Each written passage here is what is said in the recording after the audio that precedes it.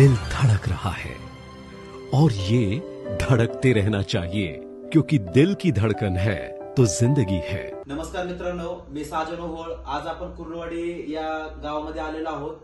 गेल्या काही दिवसापूर्वी आपण ताईंना समर्थ सक्सेस लाईफचं वेल हार्ट आणि सेवन वंडर दिलं होतं। त्यांना काही त्रास होता त्याच्यासाठी, तर आपण ताईंना विचारूया की हे औषध घेण्या अगोदर त्यांची काय कंडिशन होती आणि आता त्यांना काय फरक पडलाय।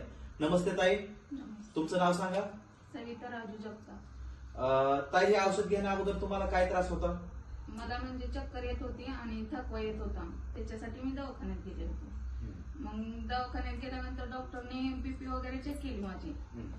बीपी चेक केल्यानंतर त्यांनी काय म्हणले, माझे ठोके उशिरा पडतात म्हणजे। मग त्याच्यासाठी एसीजी वगैरे केलं, तर त्याच्यात रिपोर्ट माझे असे म्हणजे सारखे हीच दाखवायला लागले, म्हणजे ठोके कमी दाखवायला लागले होते त्याचे। मग ती डॉक्टरनी मला वारशीला पाठवलं होतं एंजिओग्राफी करायला।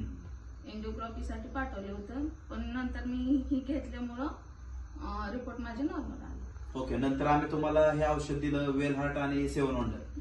हे औषध दिल्याच्या नंतर तुम्हाला किती दिवसामध्ये काय चेंजेस जाणवायला लागला नेमकं? 8 दिवसात तर मला फरक जाणवला। दम लागत होता, ती दम लागायचा कमी आला, थकवा कमी जाणवायला लागला आणि म्हणजे फरकच पडला। फरकच पडला। आणि एक नंतर तुम्ही एका महिन्यानंतर सोलापूरला जाऊन टेस्ट केली होती, तर त्या टेस्ट मध्ये काय आला, रिपोर्ट काय आला? तो नॉर्मल आला, एकदम नॉर्मल रिपोर्ट आला। ती टेस्ट तुम्ही कुठे केली होती?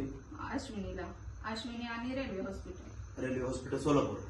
मग सोलापूरवरनं परत तुम्हाला त्यांनी अश्विनी हॉस्पिटलला पाठवलं, मग तिथे रिपोर्ट काय आला? नॉर्मल, तिथं पण नॉर्मल आला। तर आता बघा, तुम्हाला हार्टमध्ये ब्लॉकेजेस होते, तर ह्या औषधाने तुमचे ते ब्लॉकेजेस कव्हर झालेले आहेत। तसे आता आम्ही तुमचे रिपोर्ट पण बघितली, फाईल पण बघितली। तर ताई, ह्या औषधाविषयी तुम्ही इतर लोकांना काय सांगता, ज्यांना असं काय प्रॉब्लेम असेल, हार्ट संदर्भात काय प्रॉब्लेम असतील, तर अशा व्यक्तीला तुम्ही काय संदेश द्यायचा?